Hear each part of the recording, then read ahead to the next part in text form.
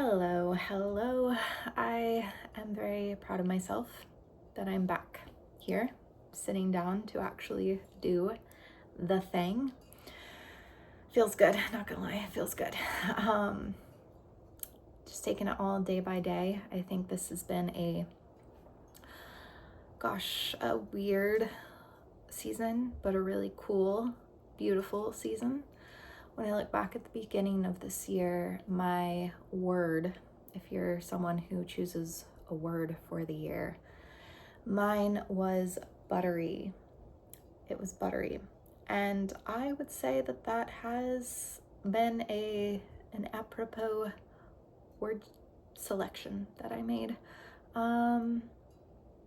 It's really nice to see how there's always that kind of dual nature of this world where on the one hand our intention is tuning our headset, and therefore we see what we have attuned to, we see what we're open to, we see what we are looking for, and also is life just kind of coming to meet me in that same space that I'm bringing that energy to it, and therefore it's meeting me in a similar space, or was this already just a path that was written and I tuned into it and therefore I'm on the path? Honestly, I have no idea. Last year was a lot of brain-breaking moments. That was also part of my intention. I think looking back, it wasn't my term or my word or phrase at the beginning of the year by any means. It just kind of ended up going that way, and by August of last year, that started to be the theme. I became very aware of just so many lingering, as we all have in our human brain, all of the lingering, which it's not like there will ever come a time where that's probably all gone, as long as I am alive. But the lingering, what do I want to call them? Gaps, limiting beliefs, areas to tighten up, clean up the ship, things holding me back. Yeah, just all of the above. And through that process, the best way I could describe it was just that I needed a brain breaking. I was due for one. I then thoroughly embraced it, and I started just looking for anything within like science and reality and neurophysics and psychology, anything that could essentially further along my self-induced psychotic break that I think was very needed, and I highly recommend it every once in a while. The liberation that comes from dismantling just so many big things and kind of flipping your identity on its head feels really good. Also comes with so much pain and discomfort. So yeah, looking back at kind of the shadowy underbelly of that also came with just endless bouts of crying. The IFS stuff that last time I was doing this podcast where I was talking about my IFS journey that I pretty much accidentally stumbled into. I'm still gonna live on in infamy with my therapist for that move. It was the way it was supposed to go. I'm gonna tell myself that, and it was okay. But yeah, I think even just acknowledging how my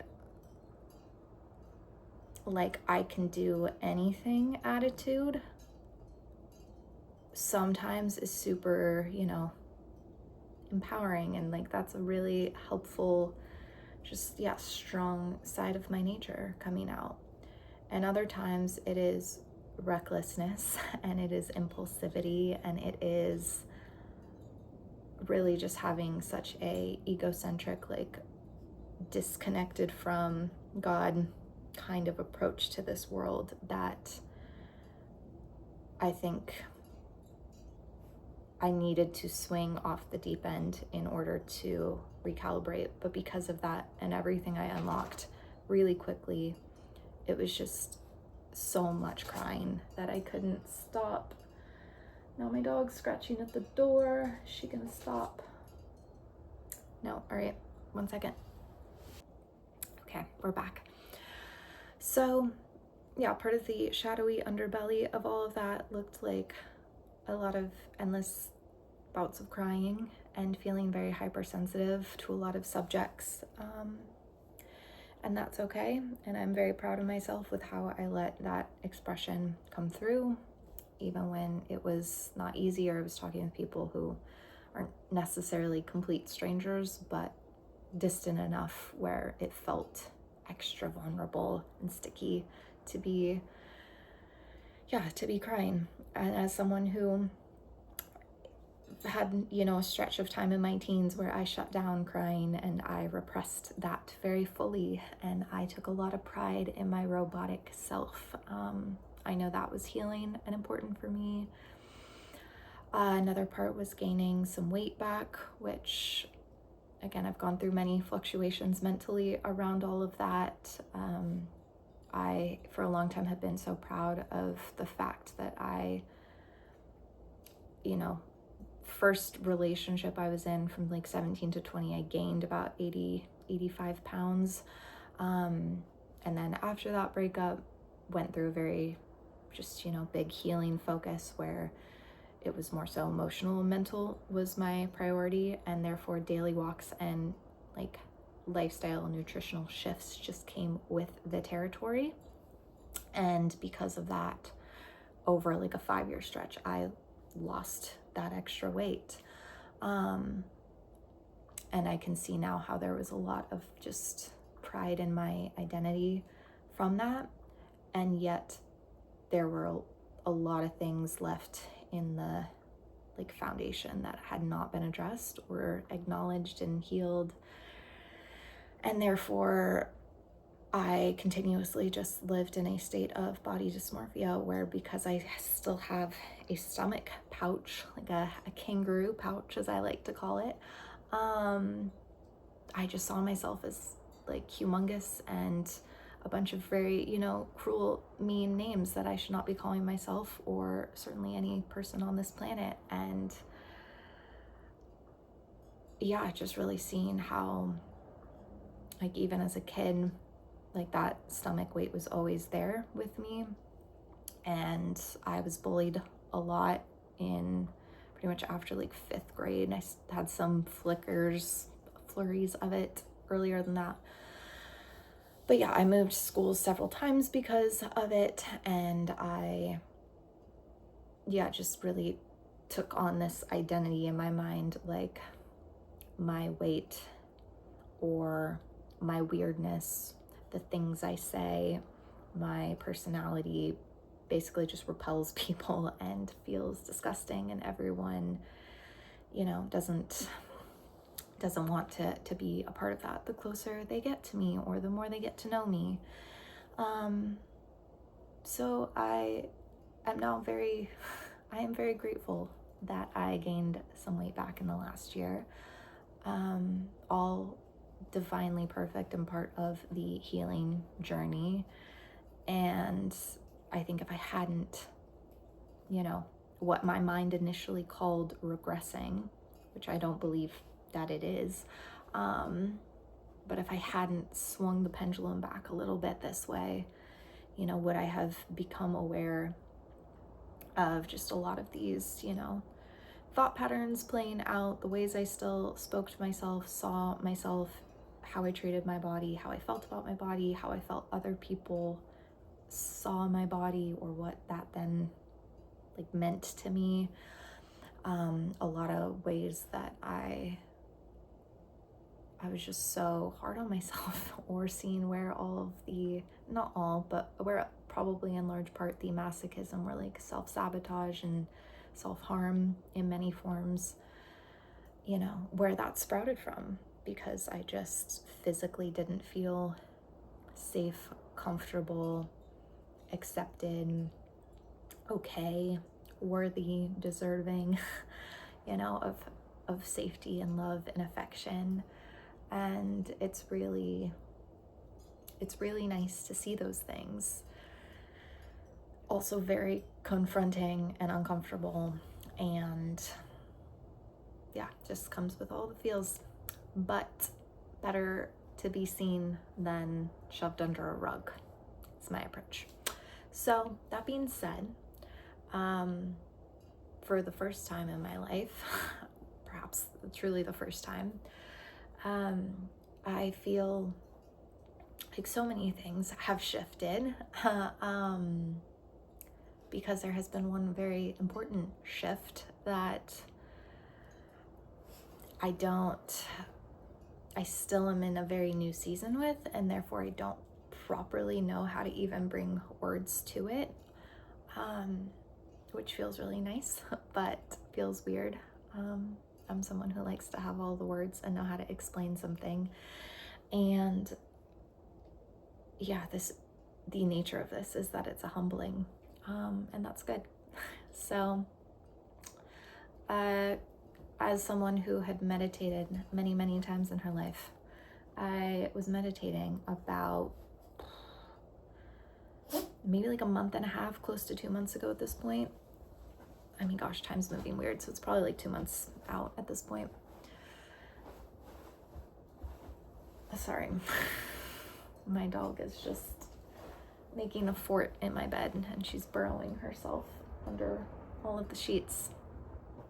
Okay, so I was meditating, and there had been a series of synchronicities and, droplets that I had taken note of. And so I did go into this meditation with a bit of like an intention, but it was a bit of an intention, and it was a bit of an opening. I just didn't realize what was going to greet me there. And basically I had been hearing about Vipassana. Vipassana basically is a form of meditation that's similar to like noting, if you've heard of that, but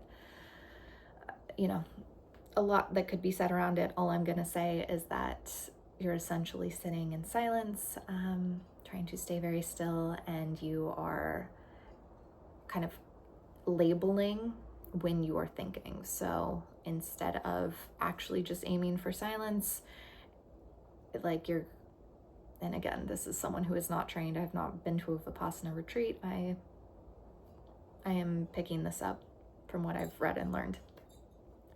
But essentially sitting there thinking a thought and then catching it by just saying thinking. So if I start to go down a rabbit hole and I start to think, you just literally start replacing that with like thinking.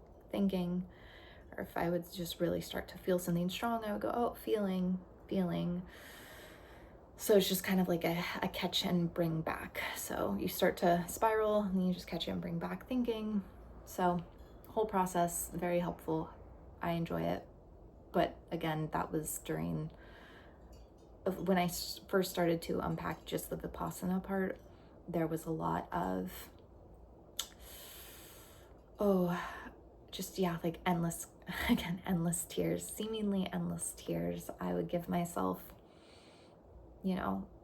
like a miniature sensory deprivation sort of setup. So I would wear like my eye mask and have headphones in. I wouldn't turn on any music. I'd keep it very just still and grounded. And yeah, I basically would just start crying. Super, again, cathartic, therapeutic, but it was heavy and intense, and glad we're through that phase.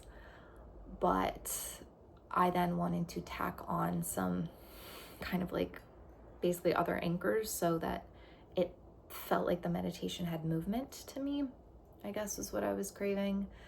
And so I found this type of meditation called the centering prayer, which is a Christian form of meditation, which is you have an anchor word.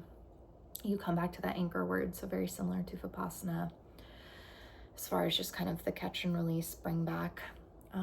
But the entire point of this centering prayer is that you are doing nothing. You're doing nothing but opening yourself up to receive. And you are opening yourself up to receive God's love. And that just sounded really beautiful to me. I was intrigued by that as someone who has really struggled to ever actually feel like I'm receiving love. It's just, you know, you hear people talk about that, and I think we all have I don't know, just like our own lens and our own filter of what that really looks like. And yeah, there was something in me of saying, well, I know I'm loved, like I know my family loves me. Do I really know what that is like to feel loved and to let that in and let it hit me? I couldn't really say that I felt that. I could think of maybe a handful of occasions, but even if I feel it, it's like a spark and then it's gone. So I felt like the idea of building the muscle through this kind of prayer, of just receiving divine cosmic love from like the God, universe, source, felt really good to me. I don't think it was the first or second time I did this. I'm pretty sure it was the third. It could have been the second, but I think it was a few in.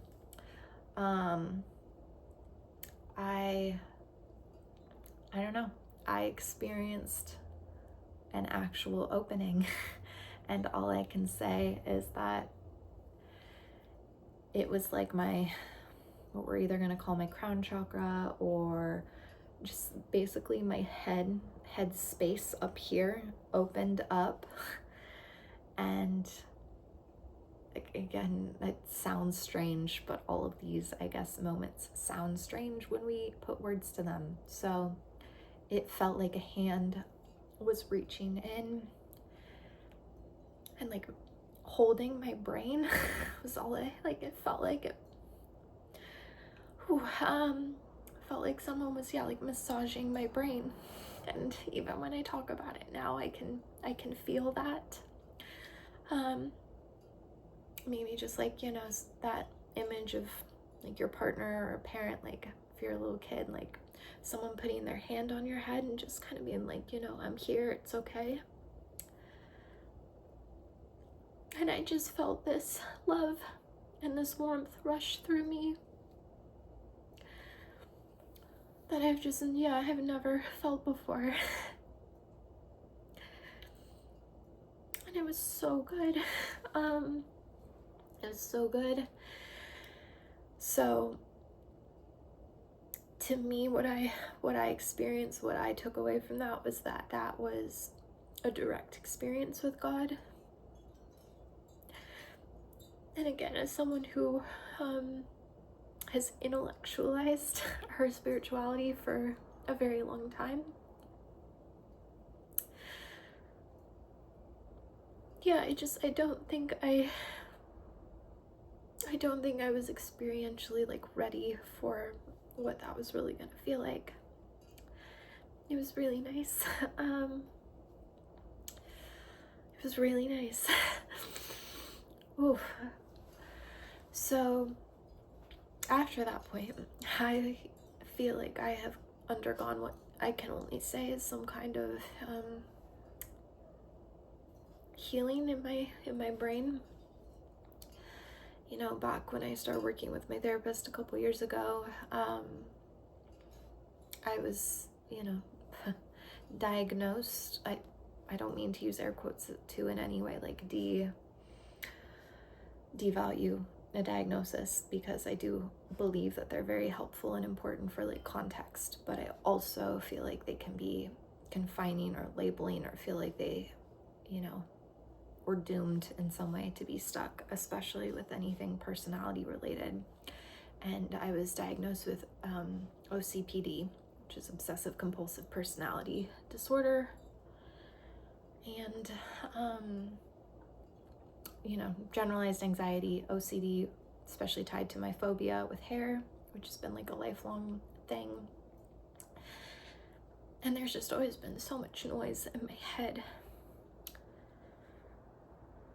And I've worked so hard in the last decade, I should say last decade, to like quiet the noise. And obviously you just go through so many things where you just then end up hitting your head up against a wall saying, is any of it gonna work?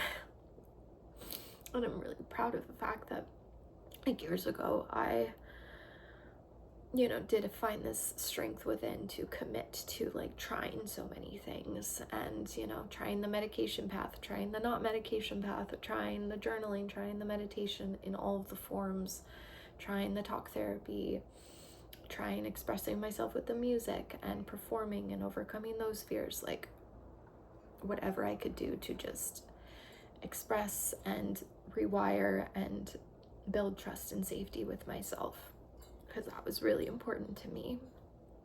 And that being said, I've just tried so many things and still somehow I'll often come up, with like I've come up short, other than to say that I'm still a human and my brain still worked the way it worked. And the acceptance, I think, that came with that was really important, and that was part of the process. But again, I'm only 2 months into this, so knock on some wood, but it's like I finally found a volume knob in my head. I finally found a volume knob that wasn't there before, and I've like glimpsed at it, I think, in the last year especially. Again, it was like I was getting like a teaser trailer, and then the full trailer came out, and then we're inching towards this. So I knew there was some kind of compound effect growing, but whatever that was in that moment has just poured this warm, buttery light over my brain. And it's been so much easier to quiet the noise, or to surrender and relax, or to accept myself, or to trust in the unknown. Like all of these things that before I felt like my approach, I could make progress with them, but I often felt like it was still kind of through being my own inner dictator, like still being just like a tyrant about it to an extent. And this new, I don't even know what to call it. I don't know what to call it. This new experience of my mind just feels spacious. So essentially, all of this is to say that I have grown up, like I grew up in what we called a Catholic plus. I can't remember if I ever talked about that. I kind of feel like I did in an earlier episode, but I grew up in what we called was a Catholic plus family, where we were, predominantly Catholic, but we believed in other things beyond that. So that included, reincarnation, astrology, just extras. And then I think we kind of transitioned, I don't know, just speaking as a family, into more of a Christian kind of stance, or distance ourselves from the Catholic Church, when my sister and I went to Catholic school. So I was in 7th grade, and not only did I undergo a lot of bullying there, but I had never done confirmation as a young girl. I was baptized but didn't go through confirmation, and so therefore I couldn't participate in a lot of things and activities that I wanted to.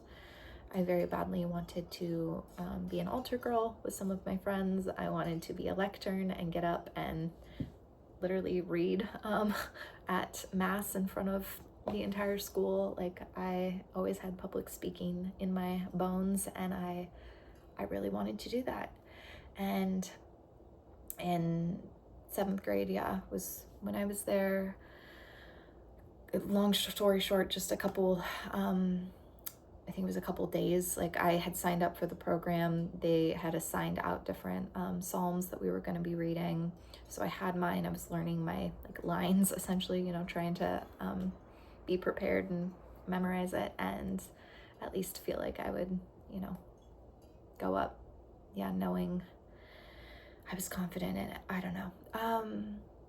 And a couple days before, one of the like faculty members, she wasn't a teacher, but she was, you know, kind of someone who worked in the intersection between the church and the school there on the staff. She pulled me into a classroom, and I still remember it was dark. For some reason that like stuck out. Like there was windows, but it was just like a dark, she didn't turn on the lights. That seems like it's going somewhere. It's not going anywhere. It was just like a vivid thing in my brain that I took note of.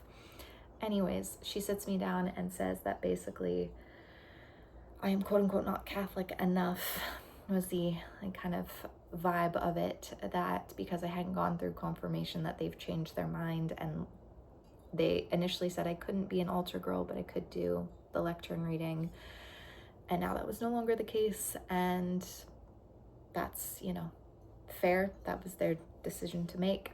But she asked for the paper back and said that I would not be reading with my friends. And then just we left for various reasons, that just being one of them, the bullying being the main reason. I ended up leaving that school.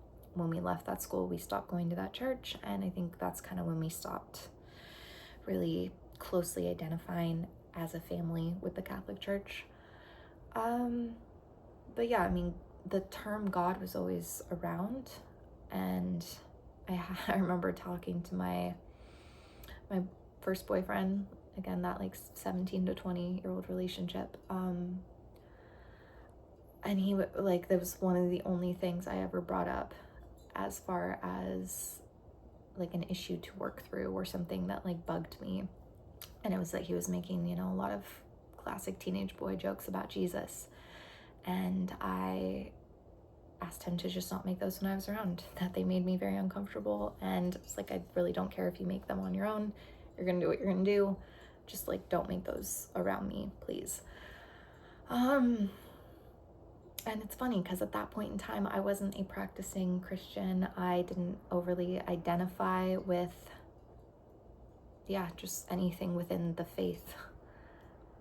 It was very much on like a distant horizon, and yet for some reason there's always been this level of protectiveness or deep closeted care that I have for what I would consider like a spiritual family that I personally feel a connection to.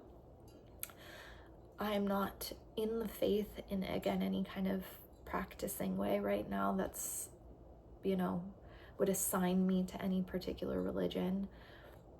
But all I can say is that coming out of that meditative experience and having that direct connection come back online, it was just one of like the most special moments. And it really just reminded me that like this is a huge part of what makes me feel really good in this world. And I don't actually need anybody's permission, obviously, of course, about that. And nor does my heart need validation or proof of like his existence. I actually don't need that. I don't need any of the lies, essentially, that my thinking mind, my logical, analytical, super critical mind has always told me, or at least in the last, again, maybe decade, has told me that I needed, which resulted in me coming at spirituality from a very scientific lens and building in a lot of avoidance. And I think that when I really look now at my relationships with my parents, my relationships just in life, like romantic relationships or friendships, or my relationship with my spiritual family, the attachment, like the attachment theory, attachment style, is pretty consistent. And yeah, I don't think if people do really talk about attachment theory with, your spiritual family, or I'm just using that term broadly because, again, to me, that feels like God the Father, that feels like my brother Jesus, that feels like my angels. And my angels have always been my friends, and I've talked with them a lot in the last several years. That has felt pretty distant and neutral, which is funny because, again, in my life, my friendships seem to be really easy to sustain or like feel comfortable with or build more trust with. What's a lot more difficult is my parents. What's a lot more difficult? Romantic relationships, or the non-existent brother spot that I keep trying to like metaphorically fill with people, because I deep down feel this huge ache and just unmet need for a brother. So I think, to me, there's still the psychological lens in my brain that says because of my attachment style, or because of these unmet childhood needs, that therefore my spiritual family, whether literal or metaphorical, are meeting those needs. And again, I can click straight into, just the psychological analysis and the labeling, and therefore a bit of the, to be honest, like demeaning. It's like diminishing it. It is constricting or confining the nebulous, untamable, unknowable, divine into a psychological framework that my brain can hold and process. So is there still truth to that? Probably. From the realm of being a human, yeah, I think that's fair. Is there also some avoidance there? Yeah. For me, does it also feel like that's a bit of cowardice? Yes. Is there just straight up a desire to control? Again, the vast and uncontrollable? Yes.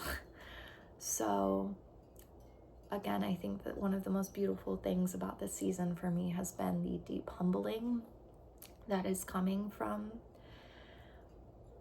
this budding new relationship that I am actively trying to nurture and deepen. And even just simple things like getting to express all my emotions and kind of sift back through moments when I'm in like it doesn't have to be active meditation, but just a meditative, state, communicating with God, whatever you'd call that. I've been working through some anger, just a lot of that straight up, very human anger of how could you let that happen? Why would you do this to me?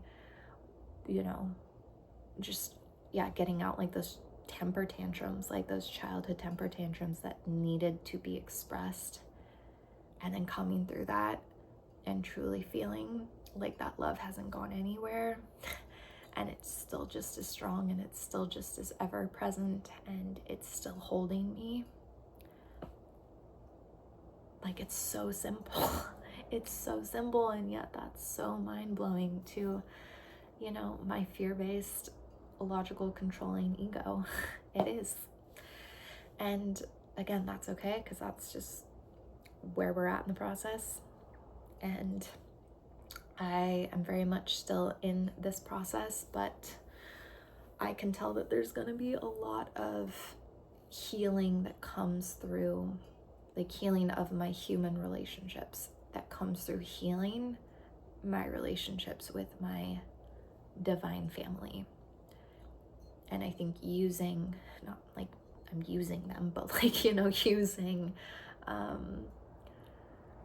just I guess all of it to kind of feed and nurture one another. Like, again, the deeper I go in the inner realms and within, and, without, as far as internal, does that even make sense? Internally without? And I mean, okay, that's another point real quick. It's just that,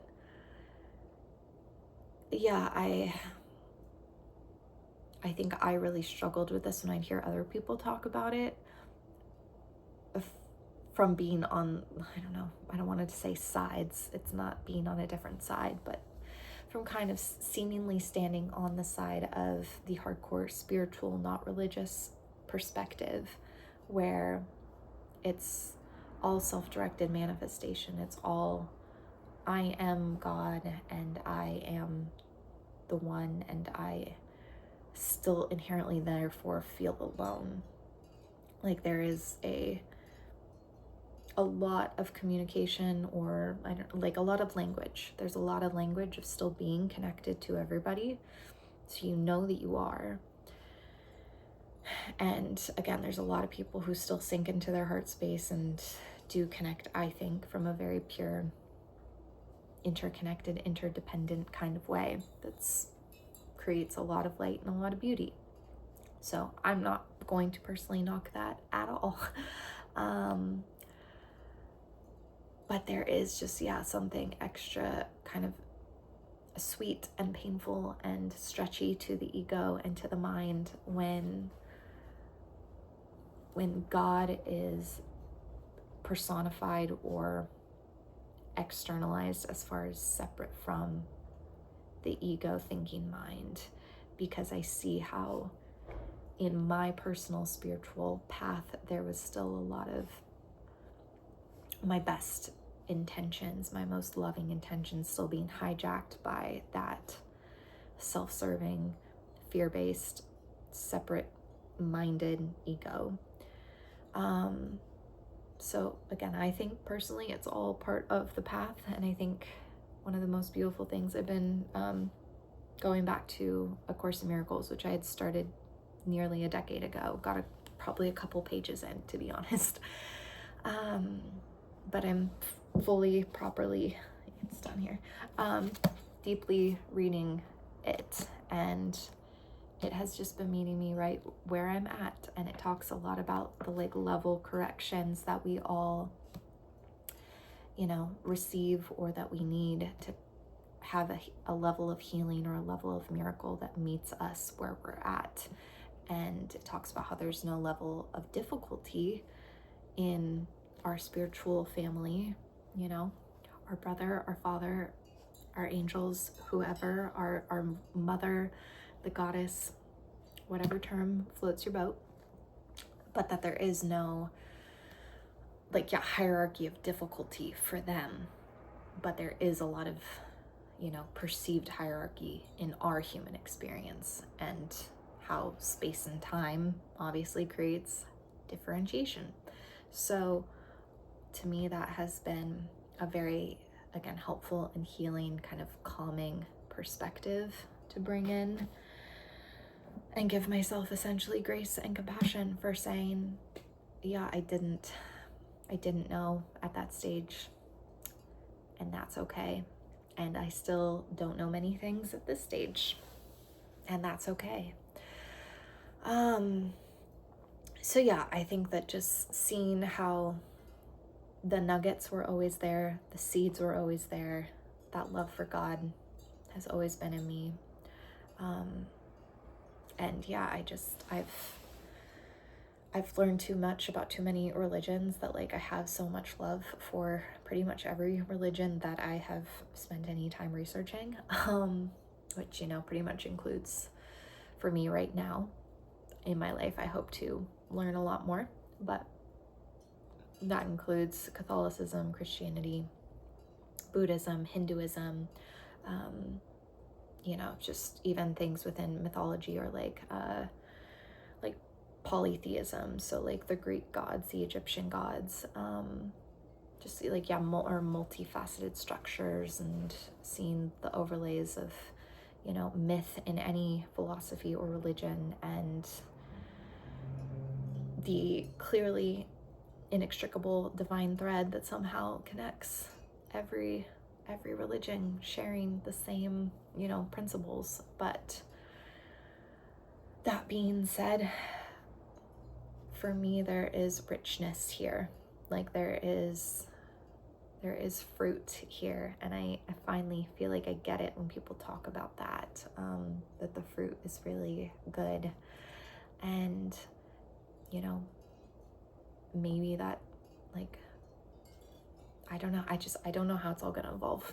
I am truly too new into this to say, but something is cracking and softening and breaking within me, and it's right on time, and it's so wonderful, because even then, as just life keeps unfolding every day, and I have moments where I would normally feel very anxious or overwhelmed or sad and depressed, it's like I can now just literally hand all of that mental noise over to God and place it in his hands.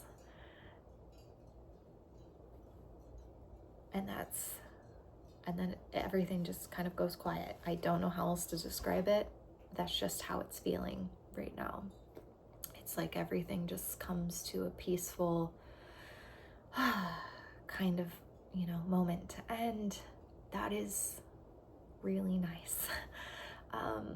It's really nice. So, TBD, life will keep unfolding, but it feels amazing to, at the very least, have healed something that I know is and has been an important part of who I am, and how I grew up, and yeah, just even past life things that for me have always resonated. And a lot of that came down to, as always, religious trauma twisting things and creating divides and separating us further and creating more fear and more pain. And I think truly just for the moment, like, stripping the religion out of it, stripping the dogma, stripping the patriarchal, controlling, power hungry, money hungry influence that does not feel to me at all of God, and anything that, the tenets of what Jesus spoke of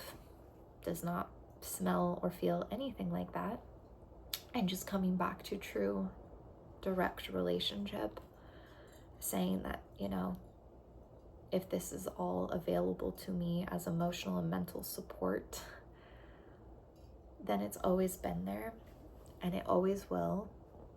And to me, Jesus coming here was quite literally just an awakening, a reminder, a very vivid, lived, undeniable example of what's possible.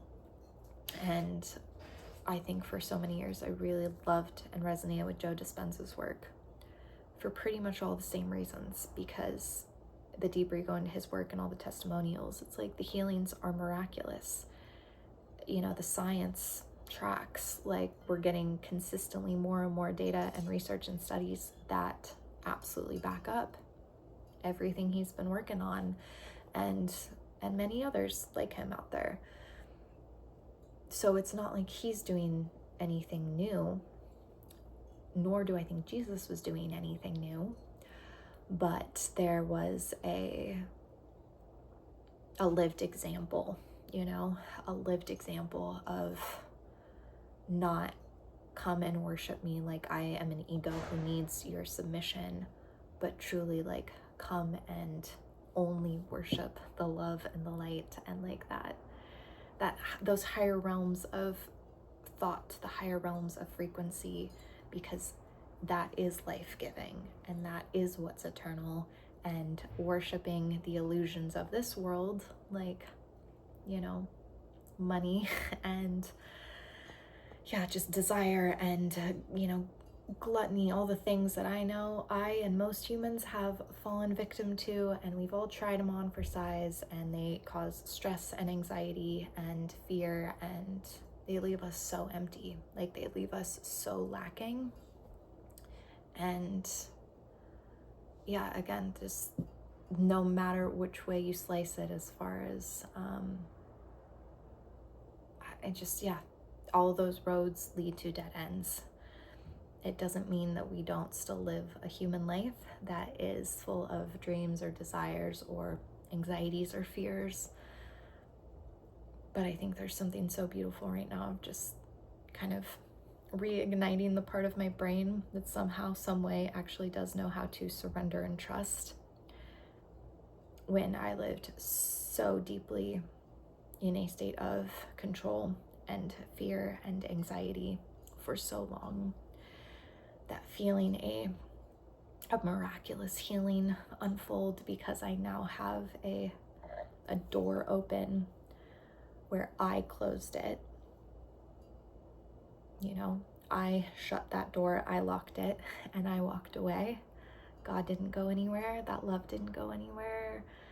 You know, the universal fabric that holds this whole thing together was always there. But yeah, I think it's our own individual journey of when and how we open that door. And all I can say is I am profoundly grateful right now that I'm in contact again, and therefore life feels a whole lot less lonely or overwhelming or just, meaningless. Like, it feels so meaningful, and like really being so grateful for just the fact that we get to wake up every day, and that we have air in our lungs, and that there's sunlight, and there are animals, and there's good music and yummy food, just like the real simple things, like it actually naturally occurring to me now when I'm eating to say thank you again. I was good about that years ago, but it left my brain, unfortunately. I'm sad to say that I ate on autopilot, or I ate to fill a void, versus really coming back to holy, I get to eat. Like, there's a lot of people who don't have that access, who don't have food in their fridge, who don't even have a fridge. And I think when we really just come back to those basics and we let that in and we let it hit us, life feels so magical, and you feel so, just genuinely in awe of this experience and the roller coaster of wherever it's taking you. But if you trust that it's taking you to good places, not always comfortable places, not always painless places, but spiritually good places that will have meaning and fulfillment and depth and like juice to them. I don't know if like we need to complicate it beyond there. And I've loved intricacy. I love complexity. But I've been told, on several occasions that there is an overcomplication that occurs in my brain. And I see that now. I see that the OCPD running on just autopilot overcomplicates a lot. And I still want my depth, and I still want intricacy, because I love the texture that brings. But it does get to be simple. I think it really does get to be simple, of saying, if we have the just basics and the gratitude connected to those basics, like the awareness or the recognition of how truly amazing those things are, that like I can see and I can hear and I can taste. And if somebody gives me a hug, I can feel it. I love hugs. Like, what more do we need, What more do we need? So, on that note, I'm just excited to keep exploring what this all feels like and looks like, to live life as a more openly expressed human, because now I feel like there's purpose. Now I feel like there's actually purpose to me coming on here and sharing and speaking and using my voice.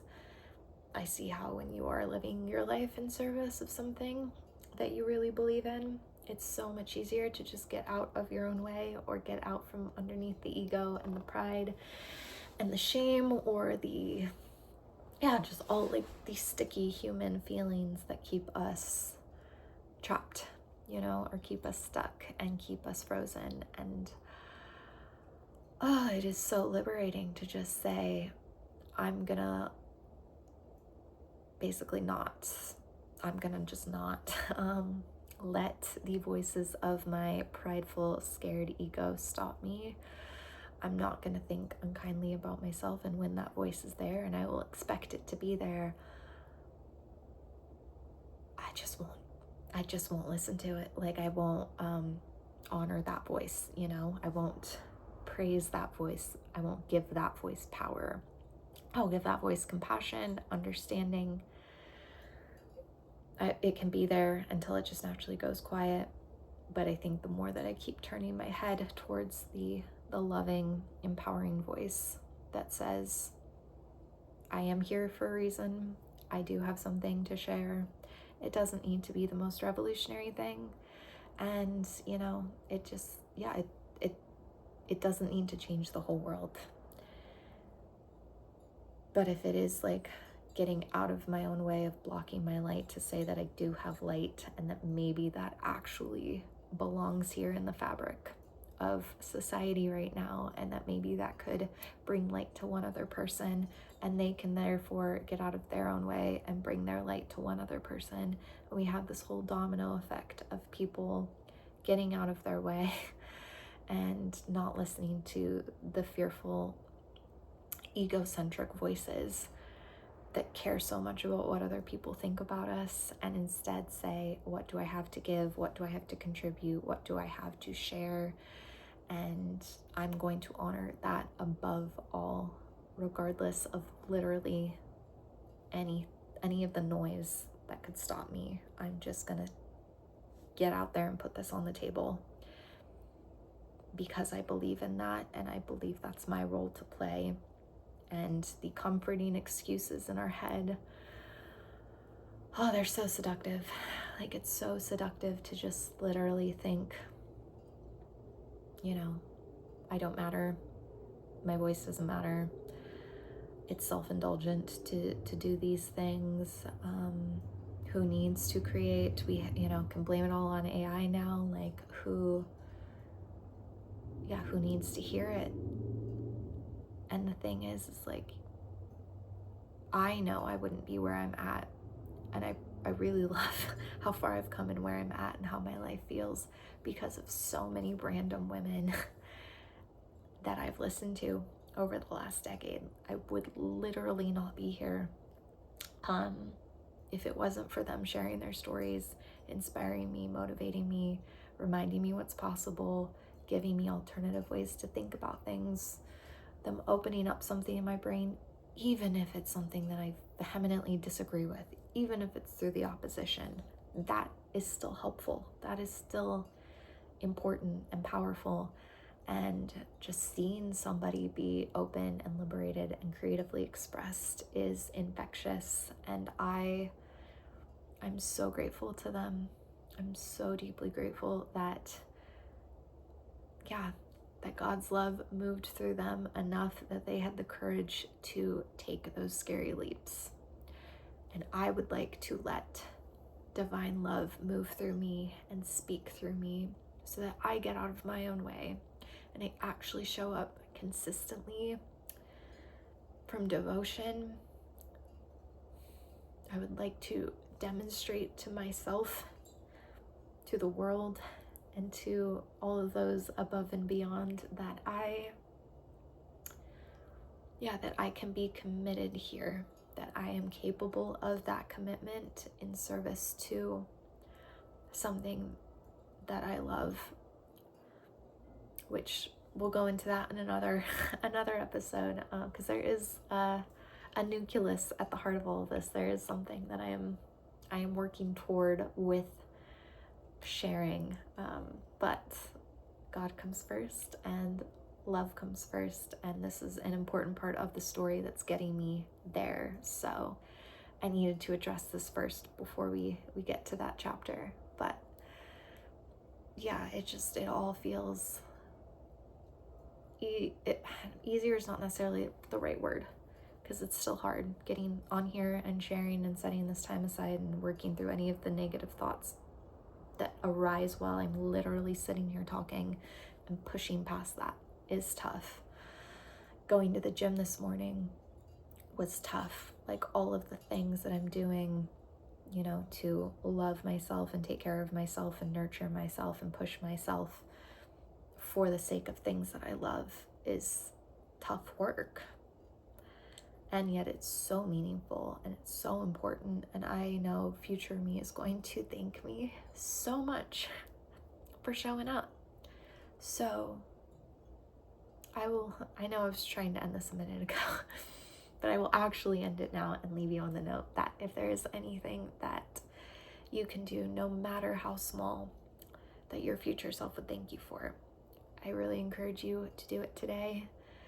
If there's anything that your heart wants to do, that you are feeling like you cannot do because of any excuse, because of AI, because of what people will think, because it won't make you enough money, I don't care what it is, just the amount of, what's the word I'm looking for? Just like warmth. The amount of warmth that you feel just taking like one little step in service of those things is really worth it. It's very underrated. And it's so easy for our mind to talk us out of. So let me be your cheerleader / annoying trainer. I don't know. Do the thing, no matter how small. You will feel better tomorrow for having done so. I will talk to you soon, because I will be showing up here consistently and not overthinking or overcomplicating my production setup, because that's what got me into trouble last time. And this just don't need to be perfect. It's gonna be raw as my ego will let it be, but we're gonna get there. Keep peeling back those layers, and one day at a time. Till next time, bye.